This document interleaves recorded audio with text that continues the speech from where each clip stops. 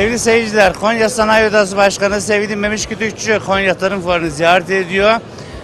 Bizi kırmadı sağ olsun, röportaj için vakit ayırdı. Başkanım hoş geldiniz programa. Hoş bulduk, çok teşekkür ediyorum. Nasıl buldunuz Konya Tarım Fuarı'nı?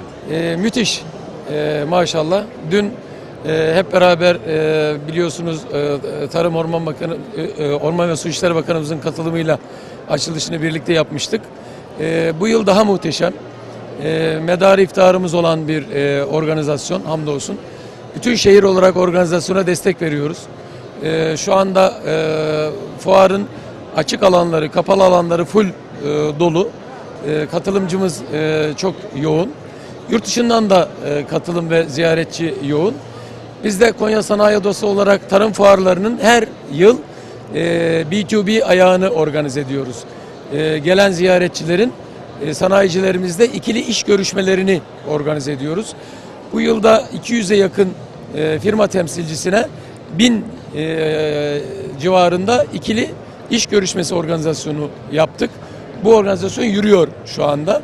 Daha önce tarım fuarlarının 2 gününe biz bu ikili görüşmeleri organize ederdik. Bu yıl 4 güne ancak sığdırabildik. Yani fuar boyunca ikili iş görüşmeleri ayağı da ayrıca ikili görüşme salonunda devam ediyor. Hamdolsun bu yıl Afrika ülkelerinin yoğun bir katılımı dikkat çekiyor. Balkan ülkelerinin yoğun yine katılımı dikkat çekiyor. Bangladeş gibi diğer gönül dostu coğrafyalarımızın katılımı dikkat çekiyor.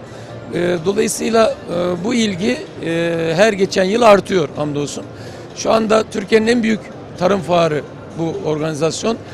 Dünyanın da 3. büyük organizasyonu bildiğiniz gibi. Konya'nın da marka fuarı haline geldi hamdolsun. Şu holleri başkanım 6 ay yetmiyor artık. Bunu dün de Selçuk Başkan da söyledi. Bu hollerin artırması çok mu zor? Tabii ki zor değil ama tek fuar için bu yatırım yapılacak. Dolayısıyla diğer fuarlarda da aynı yoğunluğa, aynı doluluğa inşallah ulaşacağız bir gün.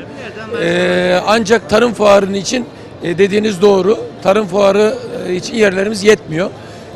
Bunu başkanlar düzeyinde de konuşuyoruz, istişare ediyoruz. Bir çözüm üretmeye çalışıyoruz. İnşallah önümüzdeki süreçte 2 hol daha eklemeye çalışıyoruz. Başkanımız da yoğun yürütüyor bu görüşmeleri ve temasları.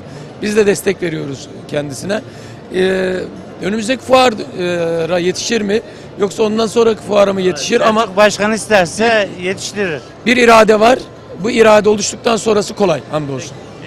Çok sınırlı bir vaktiniz vardı. Çok teşekkür ediyorum Ben çok size. teşekkür ediyorum. Sağ olun, başarılar. Tüm firmalarımıza hayırlı fuarlar, bol bereketli işler diliyorum.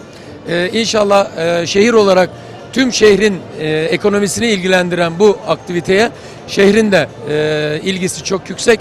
Ben bu farkındalığın devam etmesini diliyorum. Çok teşekkür Ben ediyorum. çok teşekkür Saygılar. ediyorum. Sağ Hoşça olun. kalın. Sağ olun.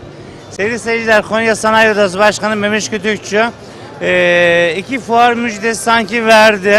2 fuar, 2 hol daha doğrusu yapılması için bir irade var dedi. Bakalım izleyelim, 2 hol eklenecek mi?